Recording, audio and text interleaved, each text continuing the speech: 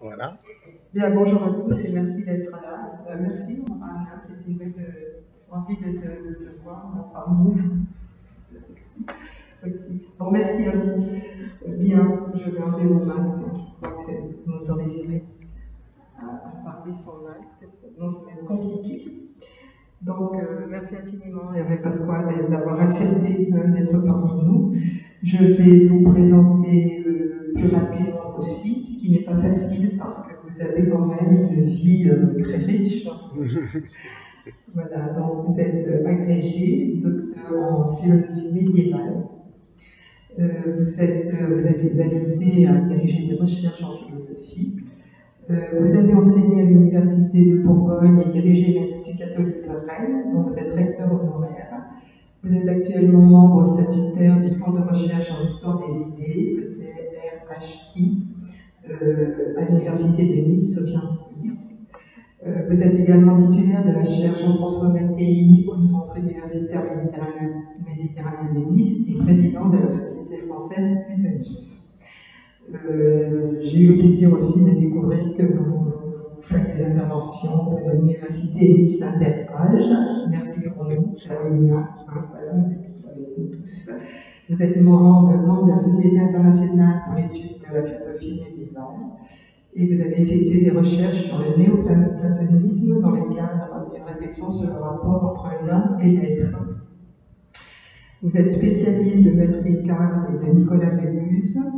Vous êtes l'auteur de nombreux ouvrages scientifiques et d'articles publiés dans des revues de philosophie en France et à l'étranger, citant pour mémoire les études philosophiques, revue des sciences philosophiques et théologiques. Vous avez publié de nombreux ouvrages, j'en cite quelques-uns pour mémoire.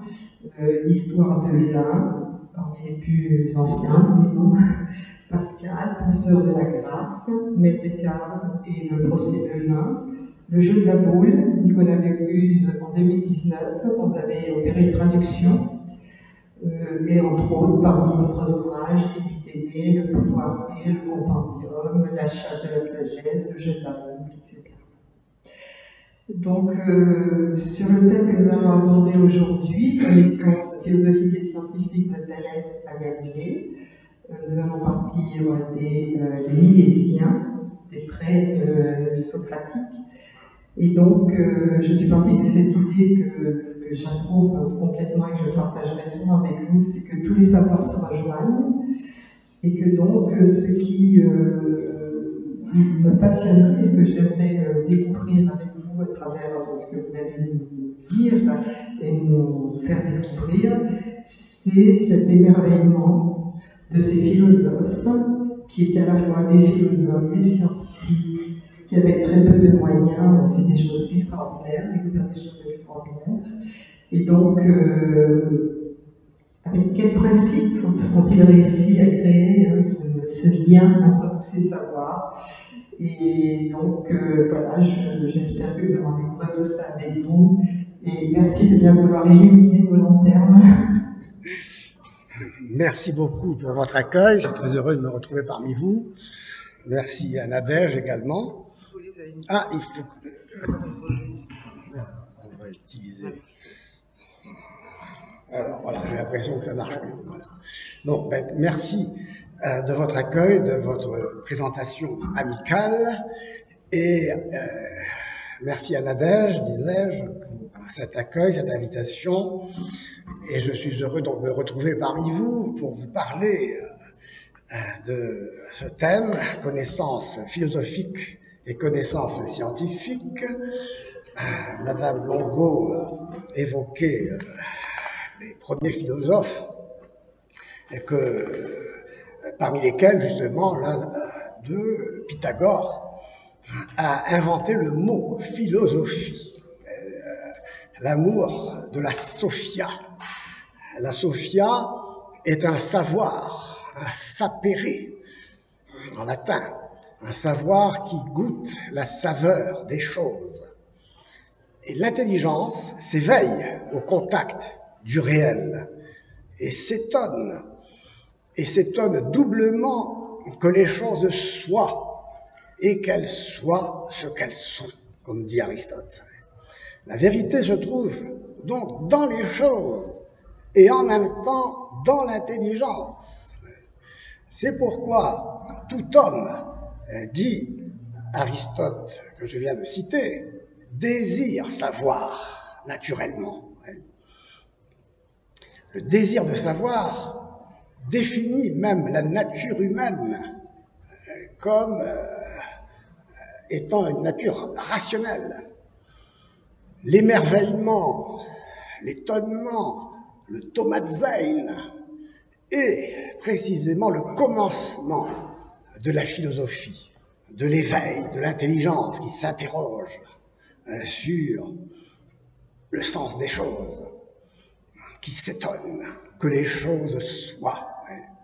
L'homme est cet être rationnel donc qui se distingue de l'animal parce qu'il cherche à comprendre ce qui lui arrive quand il découvre qu'il existe, qu'il se trouve là, dans le monde.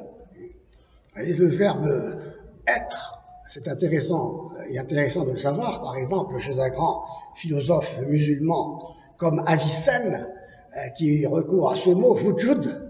Le mot wujud, qui se traduit par être, signifie trouver, se trouver là, être là. Donc l'homme est cet être rationnel qui cherche à comprendre ce qui lui arrive quand il découvre qu'il existe, il se trouve là dans le monde, provenant d'on ne sait d'où. Ce qu'exprime assez bien le verbe exister. Existere, c'est bien ce mouvement de se trouver là, en dehors d'eux, on ne sait d'où l'on provient. Donc, le monde, donc cet être qui se trouve là dans le monde, semblant lui-même apparaître à partir de lui-même. Et d'où l'interrogation, comment se fait-il qu'il y ait quelque chose et non pas rien? Cette question, évidemment, c'est une vache ne peut pas se la poser. Un animal ne se la pose pas. Seul l'animal rationnel, l'homme, est capable de se pose cette question. Et cette question est proprement philosophique. Elle se distingue du questionnement scientifique, cependant, au sens où la science du savant moderne consiste non pas à se poser la question « qu'est-ce que l'être ?», mais combien ça mesure, combien ça pèse, au pire, combien ça coûte. Car le réel se réduit pour lui au calcul. Ce calcul mené à sa perfection par les mathématiques. Et la réponse du savant, du scientifique, est aussi une manière de répondre à la question de l'unité de ce qui est. Car ce qui est doit être indivisible pour être. Sinon, ce qui est se diviserait, et l'être se diviserait en quoi? Se diviserait en être et en non-être. Si tout se divisait, on ne pourrait pas saisir la réalité, elle nous échapperait sans cesse, comme on le verra. Et c'est pourquoi les philosophes présocratiques, les premiers philosophes, tels Anaximandre, un des 3 philosophes milésiens que nous avons évoqués tout à l'heure, Anaximandre, voyant que toutes choses naissent et périssent, se multiplient et se divisent, eh bien, Anaximandre s'interroge sur la source de cette division qui ne peut être que indivision, ne pouvant elle-même se diviser. Le principe de toute chose qui se divise et se multiplie en se divisant ne peut être lui-même, ce principe, ne peut être lui-même divisé. Ce qu'il appelle en grec l'apeiron, l'illimité ou l'infini, l'indéterminé, ce qui n'est pas susceptible d'être divisé et de rester le même, toujours. Donc tout ce qui apparaît est donc de trop pour la pureté de ce principe, d'où toutes les choses proviennent en se divisant. ce principe qui est l'indétermination pure, l'indivisible, l'indivisé, est source de tout ce qui se divise. Les choses, donc, introduisent une limite, une inégalité, une injustice, dit Anaximandre, une injustice qu'elles doivent payer, dit-il, par la mort, selon l'ordre du temps. Car ce qui appartient au temps se présente, surgit, le temps de s'évanouir, apparaît le temps de disparaître. Pythagore, que j'ai évoqué tout à l'heure, identifiait, lui, pour répondre toujours à cette question, et pour répondre à cette question de ce qui se divise et apparaît dans la multiplicité d'un monde qui change sans cesse, et qui donc empêche d'être connu, comme on le verra, parce que pour connaître quelque chose, il faut pouvoir émettre un jugement, dire Socrate est un homme. Hein. Et si le temps de dire Socrate est un homme, Socrate a cessé d'être Socrate, parce que tout change, hein, je ne peux même plus émettre un jugement. Je ne peux même plus dire Socrate est, puisqu'il a cessé d'être. Hein. Donc il faut s'interroger sur ce qui donne un sens à cette multiplicité.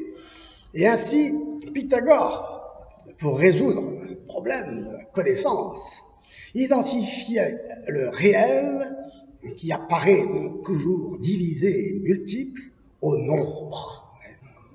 Tout est nombre, dit Pythagore. Seul existe le nombre. Et chez les pythagoriciens, les choses s'identifient au nombre. Elles consistent en nombre. Et cela pose un problème, à savoir que l'unité de ce qui est du réel se réduit-elle à l'unité numérique? Donc on voit déjà qu'ici il y a un sens de l'unité qui est le sens numérique, et il y a aussi un autre sens de l'unité qui est le sens de l'unité de l'être, de ce qui est individu en soi. En vérité, il n'y a pas d'indivisibilité en soi, qui serait l'unité de rien. L'unité est toujours nécessairement l'unité de l'être, ou elle n'est pas. Donc il s'agira de s'interroger sur le sens de cette unité, et son rapport à la réalité. La fascination pythagoricienne pour le nombre et les mathématiques est en effet une réponse à la question que l'intelligence se pose sur la nature du réel, qui l'éveille à elle-même, comme on l'a dit. C'est pourquoi les premiers philosophes, les présocratiques, comme on les appelle, s'interrogeaient sur la nature du réel. Le réel, c'est-à-dire la physis, qui vient du verbe phuein en grec, qui signifie croître, de même que le mot nature, par lequel on traduit physis, vient du mot natus en latin, c'est-à-dire être né, ce qui croît et ce qui naît sous le soleil et se présente au regard. Voilà l'ensemble de ce qui est. Or, ce qui se présente au regard échappe à ce regard sans cesse, car tout change. Si tout change, comme dira plus tard Platon dans son dialogue intitulé Thé et Tête, du nom de l'interlocuteur de Socrate, qui s'interroge justement sur la nature du savoir. Si tout change, rien n'est jamais, et le savoir devient impossible. Car comme je l'ai dit tout à l'heure, le temps de dire Socrate est, Socrate a cessé d'être. Et on voit ici que le verbe être signifie beaucoup plus que une copule dans une phrase. Il est facile de dire Socrate est un homme si il s'agissait uniquement d'une phrase sans contenu réel. Mais ici, le verbe être signifie plus qu'une copule dans une proposition. Il renvoie à un contenu qui est la réalité même de Socrate. au-delà de la proposition elle-même qui nous parle de Socrate. Et donc, je ne peux rien affirmer si le verbe être disparaît, et avec lui la réalité. Et c'est alors que l'intelligence se rebelle. Elle se dresse contre cette absence d'unité. C'est pourquoi Anaximandre, que nous avons cité, et les premiers philosophes milésiens, c'est-à-dire les philosophes de cette ville de Milée, la Turquie actuelle, sur la côte méditerranéenne, Thalès de Milée, et Anaximène, avec Anaximandre, donc, sont les trois premiers grands philosophes présocratiques, sont les premiers à avoir affirmé qu'il doit y avoir un principe unificateur permettant de sortir de l'inintelligibilité et de voir, par conséquent, dans la nature, un cosmos, c'est-à-dire un ordre, et non un chaos, un désordre inintelligible. Ce principe, dira Thalès, c'est l'eau, c'est l'air, dira Anaximène. Tout ce qui apparaît est ainsi issu d'une seule réalité, à laquelle se ramène tout ce qui apparaît sous différentes modalités. À l'eau, à l'air s'ajouteront la terre et le feu, qui à eux quatre constitueront les éléments constitutifs de la nature, et se présenteront tour à tour comme l'élément unificateur du cosmos, de la nature multiple et changeante. Empédocle est le premier grand philosophe présocratique qui eut l'idée de rassembler ces quatre éléments. Et il concevait ces quatre éléments comme se rassemblant sous l'effet d'une force unique à laquelle s'identifie finalement la nature. La nature est une force qui agit toujours et qui agit pour unir ces éléments et en les unissant former donc un ordre, un cosmos.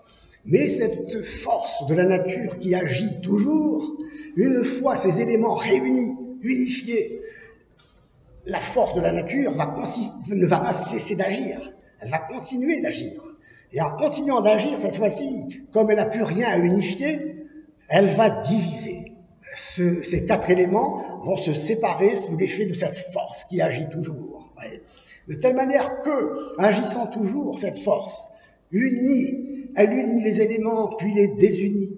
Et c'est ainsi qu'Empédocle développe sa conception de l'éternel retour de toute chose.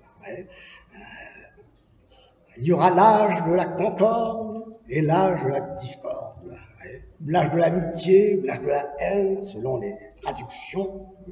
Et cet éternel retour a déjà son origine chez les penseurs asiatiques. On la retrouve déjà, cette pensée, chez les asiatiques. Et on la retrouvera chez Nietzsche, qui va reprendre cette idée d'un recommencement éternel de toute chose. On verra comment comprendre cela. En tout cas, pour ce qui est d'Empédocle, nous voyons là un premier philosophe à identifier la nature à cette force qui agit sans cesse pour unir et désunir. Parmi tous ces premiers philosophes, il en est un qui a fait une découverte exceptionnelle, à savoir Anaxagore. Alors, Anaxagore, en recevant cette leçon d'Empédocle d'une force qui unit et désunit, qui démêle le mélange, le migma en grec, de tout ce qui compose, la physiste, la nature. La nature étant composée pour Anaxagore d'atomes, d'éléments semblables, les homéomères, en grec les parties semblables, homéomères. Et donc ces parties semblables constituent la nature, le monde, et elles se mêlent. Et ce qui les démêle, cette fois-ci, ce ne sera plus la force agissante de la nature comme matière, comme force physique, mais ce sera cette fois-ci une force immatérielle, une force spirituelle, le nous, l'esprit, l'intelligence. Anaxagore dépasse ici l'explication purement matérialiste pour recourir à un principe qui n'est plus de nature matérielle. Cependant, Anaxagore, porté par le contexte de l'histoire, de la pensée, son temps, recourra à une explication, continuera d'expliquer matériellement le monde matériel en recourant à ce qui constitue cette nature, à savoir les homéomères, les parties semblables, les atomes qui constituent ce monde, ce qui va indigner Socrate, qui dira à Anaxagore, mais comment mon cher Anaxagore, tu as découvert un principe immatériel, et maintenant, au lieu de recourir à ce principe immatériel pour expliquer le cosmos, la nature, la réalité, tu recours à une explication matérielle. Tu recours aux homéomères. Il y a une inconséquence là, mon cher. Non, et c'est ainsi que Socrate va s'emparer de cette découverte d'Anaxagore, mais il n'appliquera pas l'explication, il n'appliquera pas le nous à l'explication de la nature, mais à l'explication de l'homme, puisque l'homme se révèle grâce à ce nous de nature rationnelle, participe au nous. Et c'est pourquoi Socrate ne sera pas un philosophe physicien, mais un philosophe moraliste. Ce sera qu'est-ce que l'homme, qu'est-ce que le sens de l'agir humain. Donc cet épisode, vous voyez, anaxagoréen, intervient ici pour révéler une nouvelle dimension, qui est la dimension immatérielle, intellectuelle, spirituelle, comme on voudra, qui est le nous. Héraclite, déjà et auparavant, avait expliqué la force unificatrice de l'univers en recourant à la notion de logos. Le logos en grec, legein, c'est aussi unifier, unir. Le logos, c'est ce qui permet de saisir l'unité de la multiplicité mouvante du monde. Et donc, l'élément qui incarne ce logos est le feu, pour Héraclite. Le feu est l'image de ce logos qui brûle sans cesse, qui s'embrase au moment où il allait s'éteindre. Une sorte d'éternité, d'unité. Ici, c'est une unité dynamique, car tout change, en effet, dit l'Éphésien obscur, comme on appelle Héraclite. Le chaud, si tout change, devient non chaud. Il s'ensuit que le froid est, par conséquent, du non chaud. Donc les contraires, le chaud et le froid, sont en guerre, s'opposent. Le polémos est, dit Héraclite, le père de toutes choses. Et il a donc trouvé un principe unificateur de ce monde en devenir. Tous ces philosophes cherchent ce qui unifie pour pouvoir fonder l'intelligibilité du monde sensible, du monde matériel, du monde qui s'offre au regard et qui échappe à ce regard et que, n'est-ce pas, l'intelligence veut rattraper, si on peut dire. Après, et avec Héraclite, Parménide surgit alors. Le grand Parménide découvre, lui, que l'élément unificateur de la physis, de la nature, de l'ensemble, de tout ce qui se présente au regard, sous le soleil, eh bien, ce principe unificateur, c'est l'être. L'être. L'être est. Il est indivisible, immuable, éternel. car l'être ne peut pas se diviser en être et en non-être. C'est incompatible. Donc rien ne précède l'être. Le non-être n'est pas. Et vous connaissez la fameuse formule de Parménide, l'être est, le non-être n'est pas. Et donc, en effet, le non-être ne précède pas l'être, de telle manière que l'être n'est pas comme le chaud tout à l'heure, ou comme le froid plus précisément, qui est du non-non-chaud. L'être n'est pas du non-non-être. L'être est donc premier, éternel, immuable. Et c'est ainsi que Parménide trouve le facteur de l'unité dans l'unité elle-même de l'être. L'être, c'est l'unité parfaite. Mais Parménide est allé trop loin, en un sens, car si tout est un, que devient le multiple? Une question inverse à celle qu'on se posait tout à l'heure, si tout devient toujours, n'est-ce pas, que rien n'est jamais. Cette fois-ci, c'est la question inverse. Si tout est un, que devient le multiple? On ne peut plus expliquer le devenir. Donc le monde multiple, alors, répondra Parménide, n'est plus qu'une apparence irréelle. Alors, Platon va rentrer en scène et voudra affirmer que la réalité appartient aussi au monde matériel et multiple. Plutôt, plus précisément, il dira que ce monde multiple n'est pas irréel. Il n'est pas, cependant, réellement réel. Le monde réellement réel, c'est le monde des idées, le monde intelligible auquel participe ce monde sensible. De telle manière que si Socrate existe, c'est parce qu'il participe à l'idée d'homme.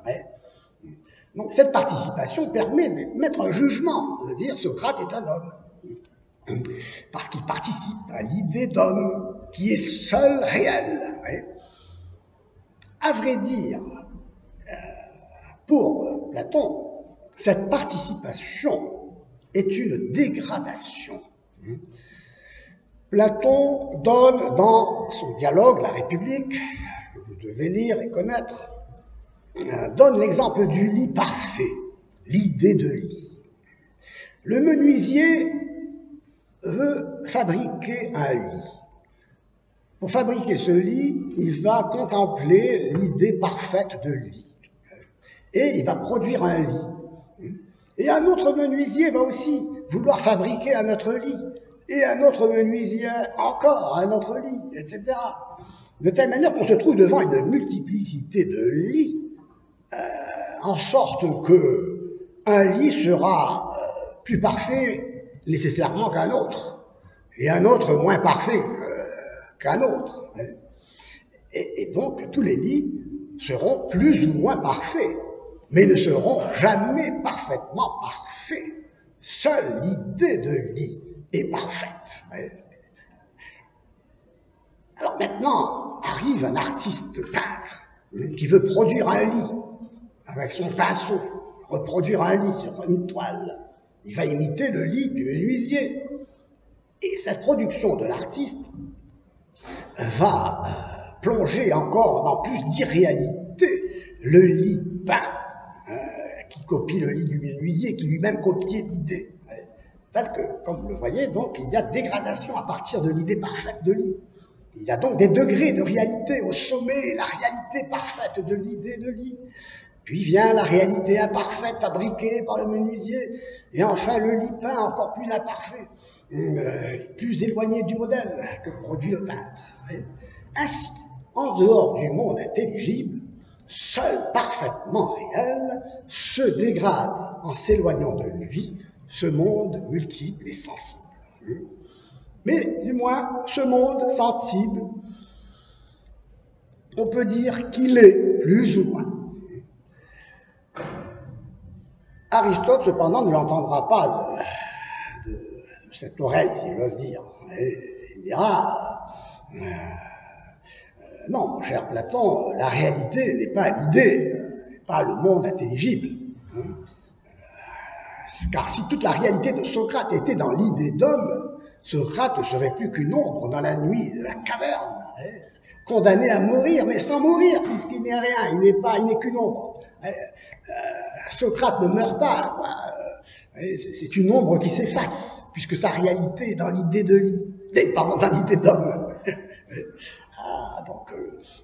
Donc, Aristote, un génie du bon sens, on va ainsi dire, seul Socrate est réellement réel. La réalité est donc composée, elle est composée de ce qu'elle est en tant que définissable. Un lit, on peut définir ce qu'est un lit, on peut définir ce qu'est un homme, on peut dire pourquoi Socrate est un homme, parce qu'on peut définir ce qu'est un homme. Mais la question métaphysique par excellence ne se réduit pas à la définition de la réalité, mais à constater, à affirmer cette réalité. Autrement dit, il s'agit non seulement de savoir ce qu'est une chose, mais de s'interroger sur l'être de cette chose. Et c'est pourquoi la philosophie, pour Aristote, la métaphysique, se définira comme la science, l'étude de ce qui est en tant qu'il est. To on et on. L'être en tant qu'être, l'étant en tant qu'étant, et plus précisément, et c'est ainsi que je le traduis, de l'étant en tant qu'il est. Car il faut en effet, comme le feront les philosophes du Moyen-Âge, et à partir d'Aristote, distinguer l'essence et l'être.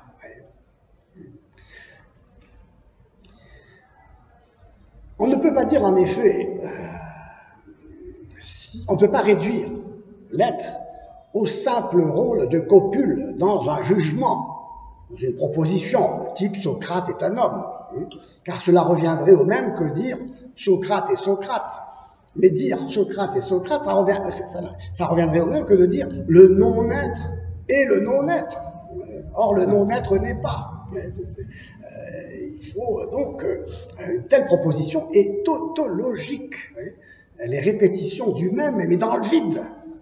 Une réalité qui ne s'offre pas ici dans le jugement. C'est ce que je disais tout à l'heure, n'est-ce pas, quand Aristote distinguait la réalité qui est dans la chose et la réalité qui est dans le jugement, dans le fondement.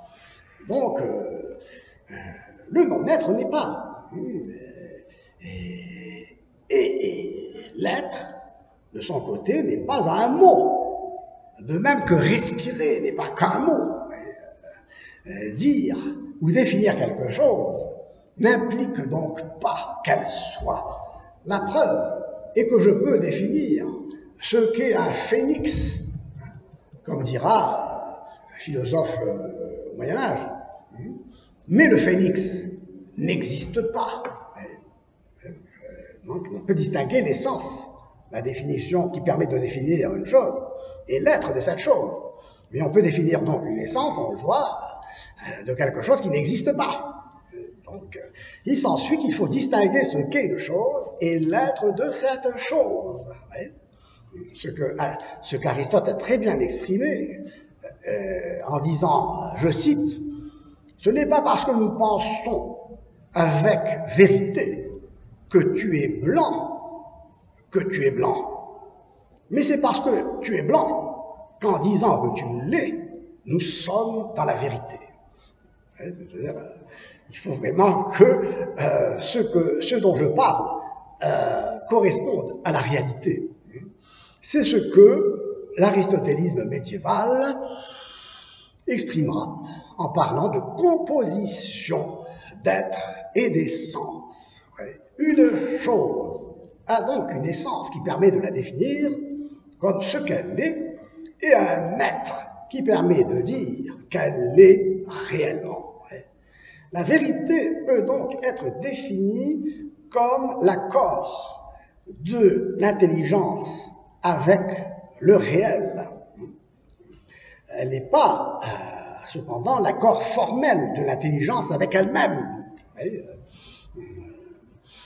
pour laquelle, donc, intelligence, l'être ne serait que être sous forme de verbe, de copule, dans une proposition logique, vide de contenu. Ouais.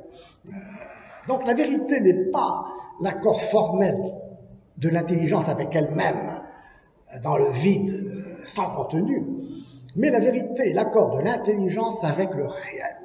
Ouais. La vérité des choses ne réside donc pas dans l'essence seulement. Ouais.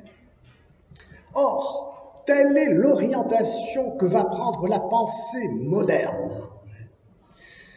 La vérité, pour Descartes par exemple, relève de la certitude subjective, c'est-à-dire sans rapport avec la réalité donnée, donc indépendamment de toute intellection, une réalité qui serait donnée indépendamment de toute représentation dans l'entendement.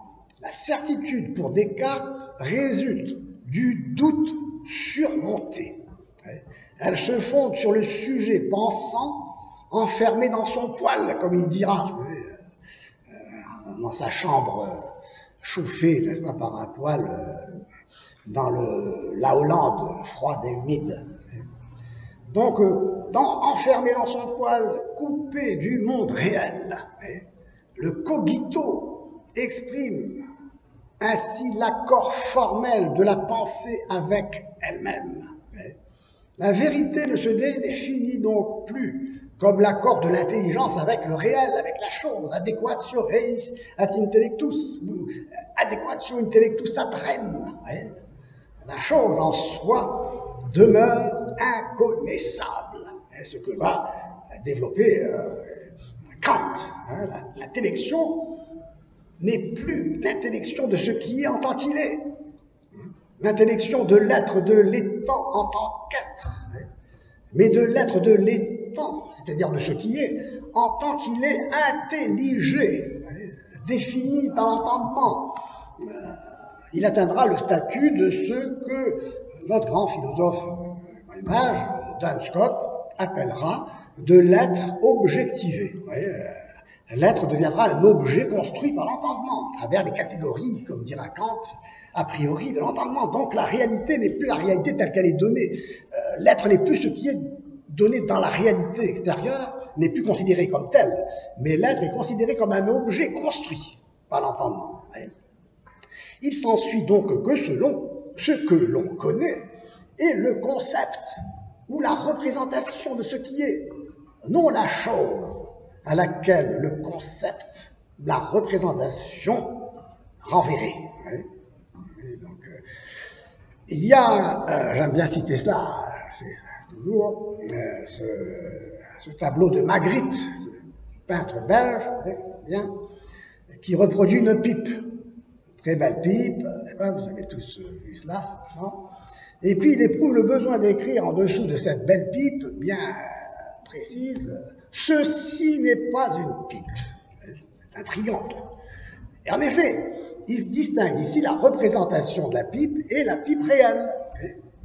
C'est une très bonne illustration de cette distinction qu'il faut faire entre l'essence et l'être, si vous voulez, entre le concept et la réalité. Donc le concept est devenu, à partir de Descartes, non pas ce au moyen de quoi l'on connaît la réalité, mais ce que l'on connaît. On ne connaît que le concept, ce n'est plus le moyen de connaître autre chose.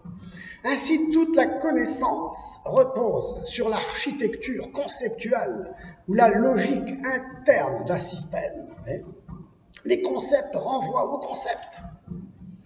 Et à partir du philosophe Guillaume de Cam, fondateur de ce qu'on appelle le nominalisme, les mots ne renvoient plus qu'aux mots. La philosophie de la connaissance se transforme en une philosophie du langage. Ferdinand de Saussure, qui est donc un grand spécialiste, un grand sémiologue qui a inventé la philosophie du langage, pour dire vite, définit le langage comme un système de signes. l'exercice de la pensée se ramène à la pratique d'une traduction d'un système de signes dans un autre système de signes. Tout est signe. Il s'agit de vérifier qu'un signifiant renvoie à un signifié. Le référent du signifiant n'est plus la chose, la réalité. Le référent est le signifié. C'est-à-dire un mot, un signe, et non la réalité. Penser, désormais, signifie traduire. C'est-à-dire déconstruire un système de signes pour en reconstruire un autre. Et on parle beaucoup de déconstruction, en fait. Philosopher consiste donc à produire des concepts. C'est ce que dit le philosophe Gilles Deleuze. La philosophie consiste à produire des concepts. À produire des concepts, donc, comme autant de signes, dont la combinaison engendrera un sens nouveau. Un sens nécessairement fluctuant en fonction des conditionnements sociaux, économico-culturels soumis au changement. Tout cela change. Ainsi, il n'est plus seulement question de choses à connaître, mais il ne s'agit plus non plus de sujets connaissants.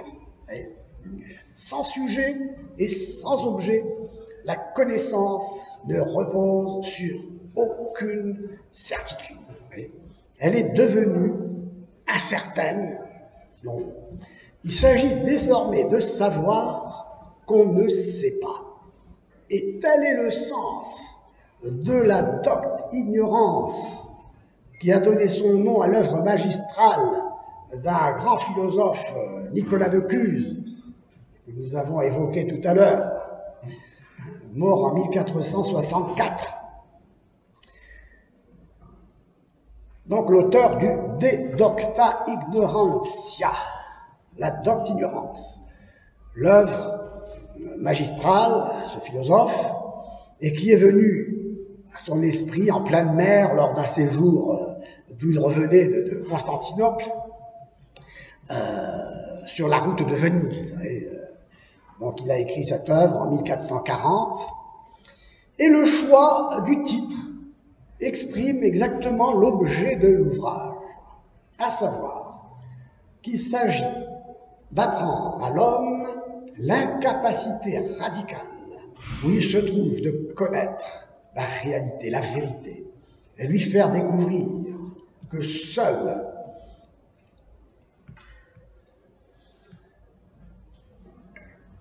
la seule chose qu'il peut savoir est qu'il ne peut rien savoir.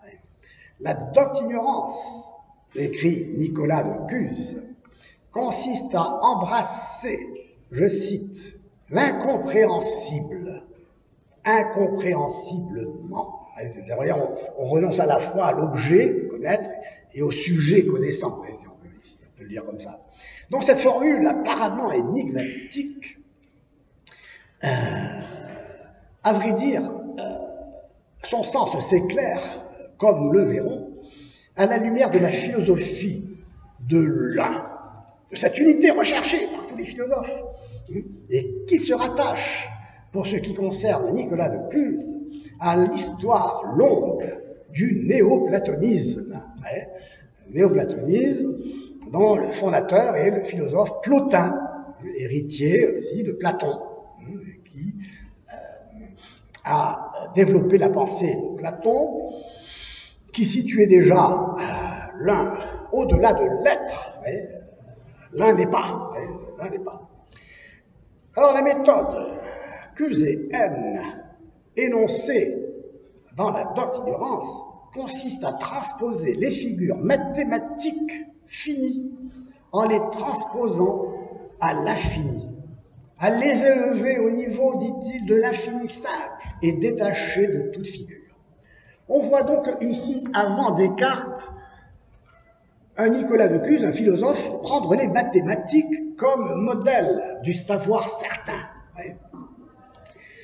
Et cette transposition des figures mathématiques finies à l'infini, transport conduit à un dépassement des mathématiques elles-mêmes en direction d'une vérité maximale qui est la précision absolue. La vérité ici est définie comme l'exactitude. L'exactitude, la vérité est prise ici comme ce qui est exact. Égalité parfaite. Égalité de l'un avec l'un, si vous voulez. Donc, l'infini simple, la précision absolue de l'unité. L'unité, c'est-à-dire l'égalité à soi, ne peut être qu'exclusion de tout ce qui pourrait s'ajouter à elle. Et ici, on voit que l'unité n'est pas considérée comme un nombre, parce que l'unité qui s'ajouterait à l'unité serait l'unité considérée comme nombre. Mais ici, l'unité est considérée comme un principe qui est la simplicité maximale, absolue, de l'indivisible en soi. Donc, égalité à soi, exclusion de tout ce qui n'est pas l'un, donc une relation à soi dans l'inconnaissance. Parce que l'un ne peut pas se connaître lui-même, car s'il se connaissait lui-même, selon Plotin, et on va voir que justement Nicolas de Cuse devra dépasser cette position, l'un en soi, statiquement pris comme cela, est inconnaissable, car s'il se connaissait, il devrait se sortir, pour ainsi dire, de lui-même et se voir en face, dans la glace, si je puis dire, n'est-ce pas? Et donc, en sortant de lui-même, creuser en son sein un espace, une distance, qui, pour ainsi dire, diviserait l'un contre lui-même, ce qui est inconcevable. Et donc, par conséquent, il s'agira de voir comment cette unité, pour se connaître, doit revenir sur elle-même. Et donc, Nicolas de Cuse va découvrir une méthode, c'est-à-dire un chemin, en grec, méthodos, odos, chemin. Et nous trouvons donc devant un chemin qui ne mène nulle part, si on veut, au sens où nous sommes condamnés à rester en chemin, parce qu'il est le chemin d'une pensée dont l'objet ne correspond à rien. Un chemin de pensée sans cesse repris par une pensée qui a le rien pour objet, c'est-à-dire le rien de l'un inconnaissable. Bon, ce qu'il faut comprendre ici, c'est que Nicolas de Cuse reprend la tradition plotinienne à travers Denis l'Aréopagite, bon, toute une tradition d'histoire de la pensée néoplatonicienne, pour laquelle l'un étant au-delà de l'être, est aussi au-delà de l'intellect. Et c'est pourquoi pour Plotin, l'intellect, le nous, s'exprime de l'extérieur de l'un, en face de l'un, n'est pas l'un. L'un ne peut pas s'intelliger directement, parce que s'il s'intelligeait, il cesserait d'être un. Il serait lui-même face à lui-même. C'est quoi cette histoire de l'un qui... C'est pas possible que l'un se saisisse lui-même par lui-même. Donc il doit se saisir en sortant de lui-même et en revenant à lui-même. Et donc, je ne vais pas développer évidemment cette pensée profonde et difficile, mais je cite cet auteur, cette pensée, pour montrer cette recherche lancinante de l'unité. De l'unité qui ne se révélera vraiment l'unité qu'en étant l'unité de l'être. Autrement dit, l'un n'est pas au-delà de l'être, comme le pense le néoplatonisme. Autrement dit, l'être n'appartient pas au non-un, c'est-à-dire à la divisibilité, à la multiplicité, à la division, à ce qui se disperse dans le non-sens, hein, dans le chaos. Non, tout ce qui est éteint.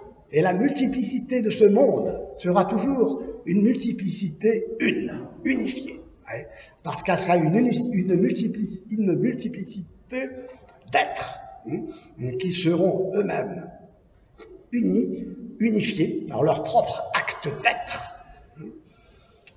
Bien, je ne pourrais pas ici développer évidemment cette pensée, mais il s'agit de retenir, puisque nous méditons sur ce qu'est la connaissance philosophique par rapport à la connaissance scientifique, il suffit de retenir que le savoir apparaît ici comme un ignoré. La docte ignorance, c'est l'œuvre qui s'ouvre sur cette déclaration. La connaissance exacte de la vérité est impossible. Pourquoi? Parce que la vérité, c'est l'unité en tant qu'indivisibilité en soi. La vérité, ici, ne se définit plus comme l'accord de l'intelligence avec le réel. Ici, le réel n'est plus objet de considération. La vérité, c'est-à-dire la précision absolue. L'esprit humain, nous dit le Cousin, ne peut rien atteindre de précis. Il ne comprend jamais, dit-il, la vérité avec une précision telle qu'il ne puisse la comprendre de manière infiniment plus précise. Il est à la vérité ce que le polygone est au cercle dans lequel il s'inscrit. Plus il y aura d'angles, plus il sera semblable au cercle, sans jamais toutefois devenir égal au cercle. Même si on multiplie à l'infini les angles, il ne s'identifiera pas au cercle. Donc, Descartes reprendra cette image du myriagone, du cercle qui est composé de cette multiplicité d'angles. Les degrés donc d'approche de la vérité sont potentiellement infinis. La précision absolue est inaccessible. Tout ce qui est connu étant susceptible d'être toujours mieux connu. La connaissance que nous pouvons acquérir se révélera donc toujours insatisfaisante. La vérité conçue par Nicolas comme précision absolue, sans cesse recherchée par tous les philosophes, n'a été découverte, dit-il, par aucun. De telle manière qu'avancer dans le savoir accroît la conscience de notre ignorance. Si bien que il peut conclure que, comme Socrate, que nous ne savons qu'une chose, c'est que nous ne savons rien.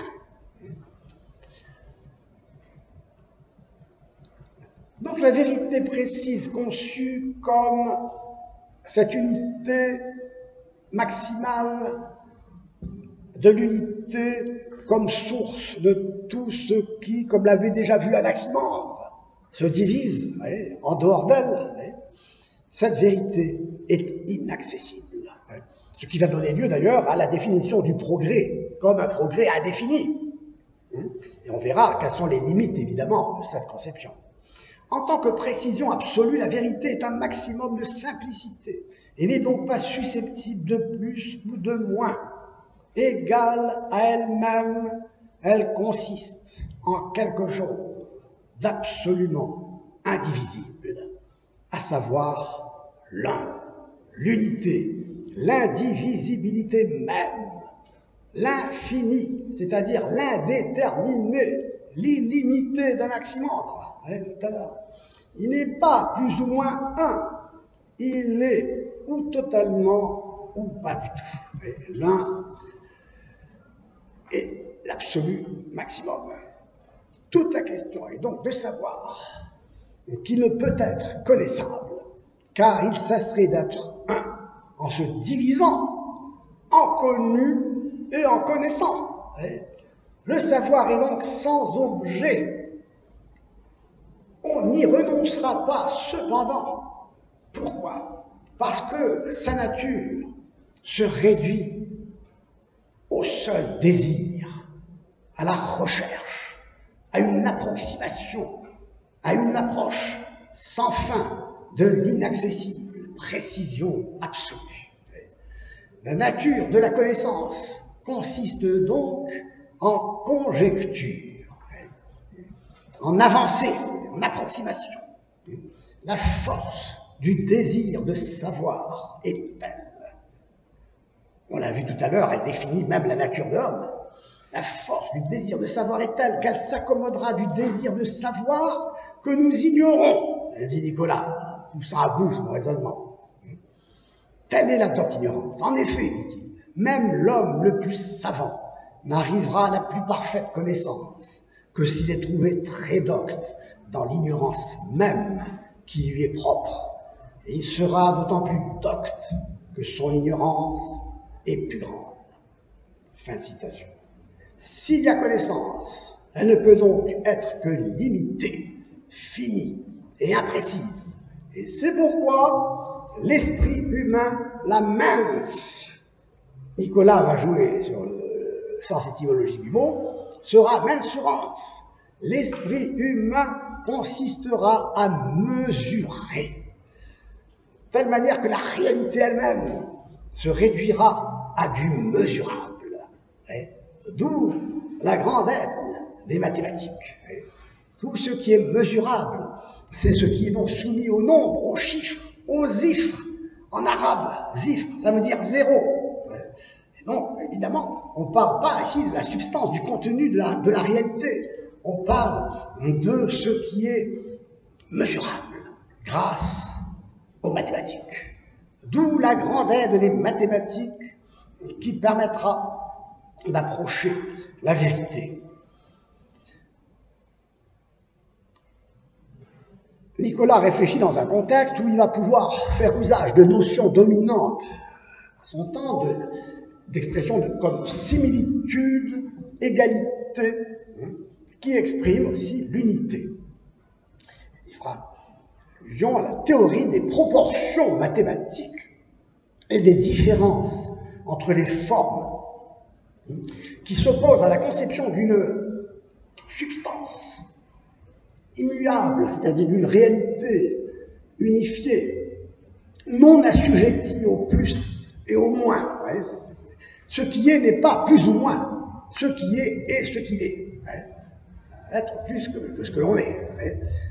Donc, appliquée à Dieu et aux étangs créés, elle permet de distinguer la précision absolue de la vérité qui est le maximum absolu, c'est-à-dire l'un, et la précision relative des degrés d'être finis, des étangs finis, parmi lesquels prévalent les proportions d'inégalité et la comparaison des excès et des écarts entre les réalités. Parce qu'en dehors de l'un, tout est inégal. Seul l'un est égalité absolue. On reconnaît ici la peiron d'Anaximandre, qui est l'indétermination pure, l'égalité absolue si l'on veut, en dehors de laquelle tout se divise, tout apparaît, disparaît, tout naît et se corrompt, parce que tout devient toujours et n'est jamais.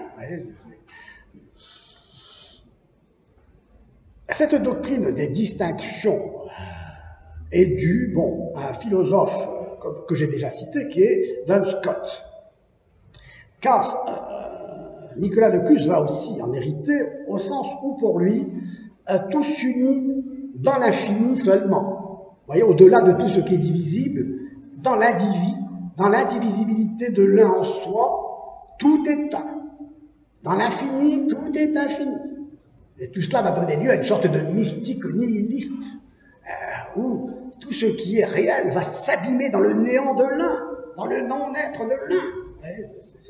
On va développer cette conception sous la forme d'une mystique nihiliste qu'on retrouve chez Maître Eckhart, mais qu'on retrouve aussi bien dans le bouddhisme même, ou dans le soufisme même, de toutes ces théologies de l'un, pour laquelle Dieu est un. Mais c'est un Dieu anonyme, un Dieu indéterminable, inconnaissable, inaccessible. Et alors, donc tout s'unit dans l'infini, où tout est infini, dans l'un où tout est un, Il y a un petit problème technique. Et ces distinctions seront appliquées aux objets mathématiques. Je m'explique. Nicolas dit, le point prend les objets mathématiques, les objets géométriques, c'est-à-dire le point, la ligne, le triangle, le cercle, la sphère, qui sont tous les objets géométriques, et qui sont des figures géométriques qui sont finies et distinctes les unes des autres. C'est pas comme dans l'infini où tout est infini. Ici, tout est distinct. Et donc, elles sont construites, ces figures géométriques. Elles ne sont pas données dans la réalité. Dans la réalité, il n'y a aucun cercle parfait. Merci. Dans la réalité, il n'y a aucune sphère parfaite. La planète, la sphéricité de la planète, dans sa réalité, il y a le sommet de l'Everest et les abysses de l'océan, parfaite, de sphéricité parfaite. La sphéricité parfaite est construite par le combat, par le compas. C'est construit par la pensée. Elle n'est pas dans la réalité. Donc le point, qui lui est l'image de l'indivisible, car le point c'est l'indivisible. Ouais. Alors ce point, cette unité, cette indivisibilité ne peut pas se séparer de soi en se déplaçant. Et en se déplaçant, le point va tracer une ligne, qui sera ce point qui se déplace. Donc le point se déplace. Et donc il trace une ligne. Mais tout se déplace. Tout se meut. Et cette ligne se déplace à son tour. Et elle va tracer le triangle. Et le triangle aussi se dépasse. Et il va tracer le cercle. Et le cercle aussi se déplace. Et il va tracer une sphère. Autant donc de figures géométriques finies et distinctes les unes des autres et qui sont construites par la pensée, qui sont dans la pensée, non dans la réalité. Ces figures donc sont parfaites, mais elles n'existent pas avec la même perfection dans la réalité sensible. Si maintenant on transpose intellectuellement ces objets finis, parfaits, construits, si on les transpose à l'infini, si par exemple on conçoit comme étant infini la vitesse avec laquelle se déplace le point indivisible, image de l'un, on verra que toutes les figures qu'il engendre perdent leur distinction en s'unifiant dans l'un où tout est un. Ainsi, traçons un arc de cercle, dit Accuse, s'élargissant, à mesure que le cercle grandit. Vous avez un arc de cercle, puis encore un arc de cercle, puis un arc de cercle qui est tellement dit que l'arc va se confondre avec une ligne. Tant que le cercle reste fini, indépendamment de sa grandeur croissante, l'arc de cercle reste courbe. Mais passons à l'infini, à la limite, et transposons à l'infini ce cercle. Nous verrons intellectuellement la courbe du cercle s'identifier avec le droite. Eh bien, il en est de même pour toutes les figures. Toutes se confondent dans une même indistinction où tout est infini dans l'infini. Donc Nicolas édifie de la sorte une philosophie méta-mathématique. Il parle de mathématiques, mais il dépasse les mathématiques. Vous avez d'ailleurs ce schéma dans la République de Platon. Platon distingue le domaine du monde sensible, tout change, rien n'est parfait. Puis le domaine des objets mathématiques qui sont construits par l'entendement. Et puis, au-delà de ces objets mathématiques, les idées parfaites. Donc, on retrouve ce même schéma. Donc, j'avais une citation malheureusement de Pascal que je ne retrouve pas ici, mais on la retrouverai tout à l'heure peut-être. Ainsi donc on voit que la connaissance scientifique ainsi conçue n'a rien à voir avec la connaissance telle que la métaphysique conçue comme étude de l'être en tant qu'être. La science n'étudie pas l'être en tant qu'être. Elle étudie l'être ou les choses en tant que mesurées, mesurables, construites. La connaissance scientifique se fonde sur le calcul, mené à son plus haut degré de sophistication par les mathématiques. Mais elle ramène ce qui est la réalité pour elle aux chiffres, dont je vous ai parlé tout à l'heure en évoquant l'étymologie arabe, c'est-à-dire zif, c'est-à-dire zéro, vidé de tout contenu réel. Les sciences n'appréhendent que l'aspect quantifiable d'une chose, non l'être des choses. Ce que l'on peut mesurer. Le savant ne se pose pas la question, et je dis, qu'est-ce que l'être? Il se demande combien ça mesure, combien ça pèse. J'ai dit ça tout à l'heure. Et j'avais ajouté, au pire, combien ça coûte. Donc le réel se présente aux savants, physiciens, scientifiques, pour lequel la science, c'est la science du mesurable. Le réel se présente à lui comme du quantifiable, du mesurable. Le quantifiable est ce qui peut se diviser, se multiplier à l'infini. Ces calculs lui permettent d'aller toujours plus loin dans l'infiniment petit, comme dans l'infiniment grand. Car plus la sophistication des modèles mathématiques est fine, plus on pourra mesurer encore plus loin ce qui se divise sans cesse. Un atome, par exemple, cesse d'être atomique, c'est-à-dire indivis. Atome, ça veut dire indivis. En se divisant en particules élémentaires, lesquelles sont elles-mêmes susceptibles de se diviser à leur tour en particules plus élémentaires encore. Tant que le calcul le permet, on peut aller jusqu'au fin fond de l'infini. Mais le calcul est-il possible d'aller jusque-là? Mais si cette division peut se poursuivre à l'infini grâce au calcul, et donc en vue de mesurer uniquement ce qui est quantifiable, mesurable, pour le métaphysicien, cette division s'arrête à la réalité une et indivisible de ce qui est, de ce que Aristote appelait la substance, ce que l'on peut appeler l'étang, et ce que l'on appellera même plus précisément l'être de l'étang. Ce qui est, en effet, ne se réduit pas à sa mesure, à sa définition, à son essence, comme on l'a vu tout à l'heure, à sa représentation, comme la pipe.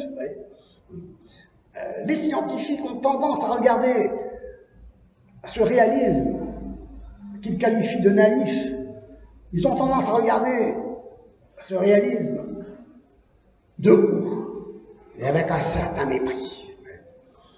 Cependant, la philosophie ne prend pas l'exact pour le vrai.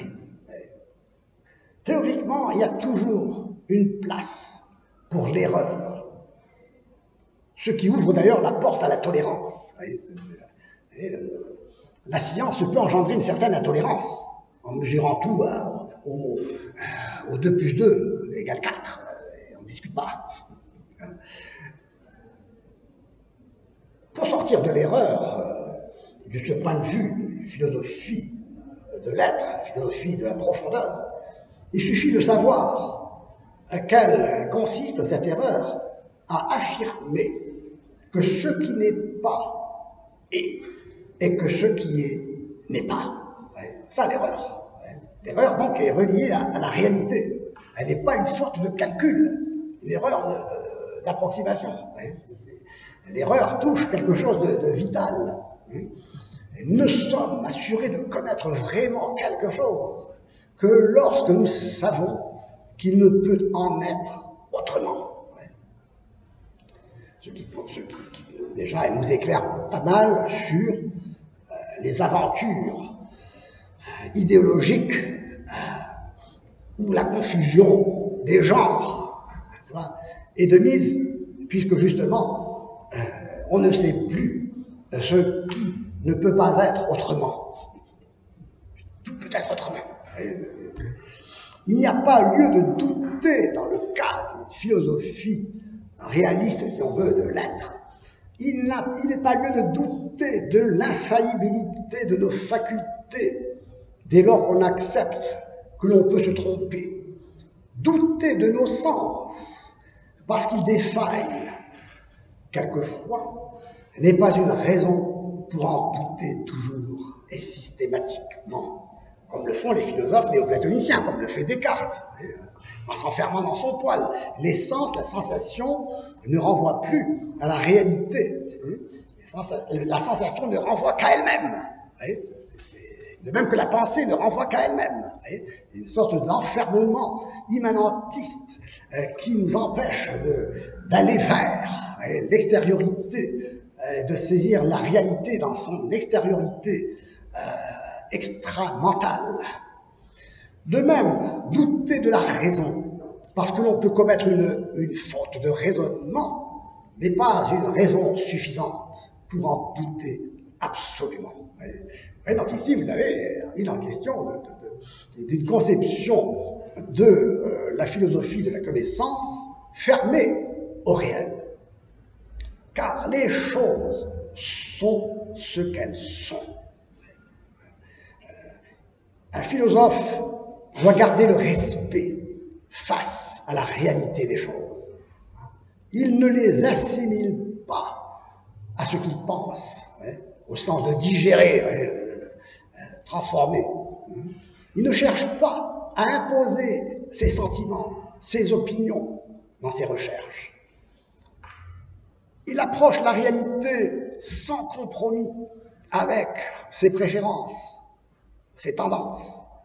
Le jeu ne doit apparaître nulle part. Le philosophe doit saisir la réalité des choses telles qu'elles sont dans leur nature profonde.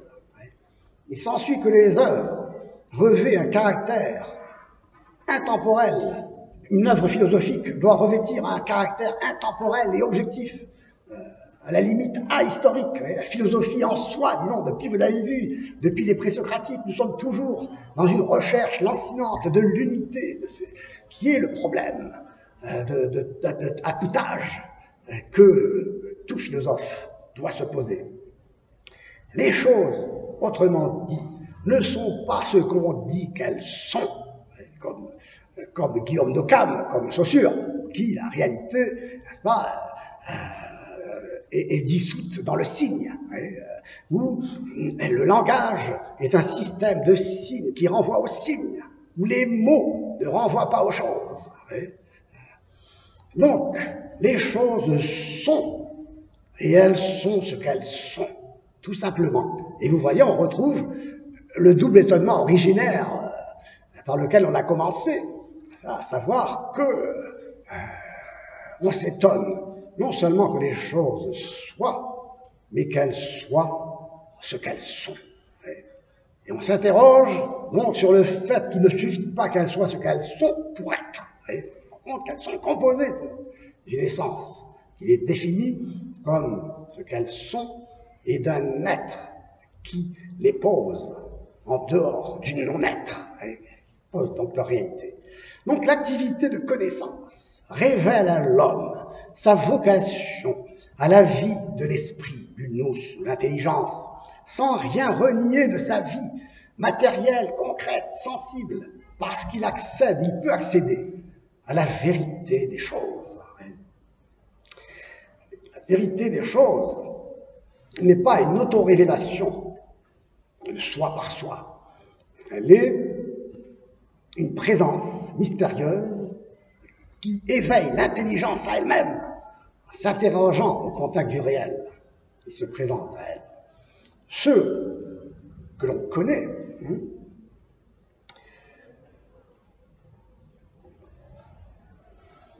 ce que l'on connaît conduit à la fin dernière de l'existence humaine et la justifie aussi. en lui donnant, en lui révélant son sens au quotidien. L'intellect est ce qu'il y a donc de plus élevé dans le monde créé, comme l'avait découvert Anaxagore. Il saisit l'essence du bien en tant qu'objet de la volonté, de la vérité en tant qu'objet de l'intellect. La volonté donc reste ici subordonnée à l'intellect qui révèle la nature du bien comme ce qu'il est réellement. Cette attitude est à l'opposé de cette pensée qui est de la pensée moderne finalement, qui est un pessimisme de l'intelligence et un optimisme de la volonté, comme disait, selon l'expression de Gramsci. La vérité est un bien, et la vérité et le bien sont des propriétés de l'être, du réel. L'être accompagne donc l'agir et le fonde. C'est l'être qui fonde l'agir. C'est pas l'agir qui produit l'être. C'est très important. Ça, c'est aussi une question aussi concernant la philosophie technique. La connaissance, donc, aiguise le désir de connaître et conduit à la béatitude qui consiste à voir la réalité dans son origine, à sa source, et de l'étreindre comme un bien que l'on possède autant que l'on est possédé par lui. C'est pourquoi l'amour, l'amitié, se révèle être en définitive le chemin et le but d'une œuvre philosophique qui est au service vraiment d'une unité qui n'est pas l'unité utopique abstraite, qui est l'indivisibilité de rien, mais qui est l'unité de l'être auquel on peut participer dans une communion, si l'on peut dire, à un être, avec tout ce qui permet à chacun de se distinguer de chacun, d'une manière réelle, et ainsi de pouvoir communiquer, non pas en dehors de la réalité, mais au quotidien, dans une vérité qui ne saurait contredire la vérité. Donc c'est pourquoi la connaissance doit être une sagesse, se fonder sur une sagesse qui se définit comme justement cette recherche de la vérité dans l'unité qui est l'unité de l'être. Bien, je vais en rester là aujourd'hui parce que je ne sais pas si j'ai été trop long et je vous remercie de votre attention.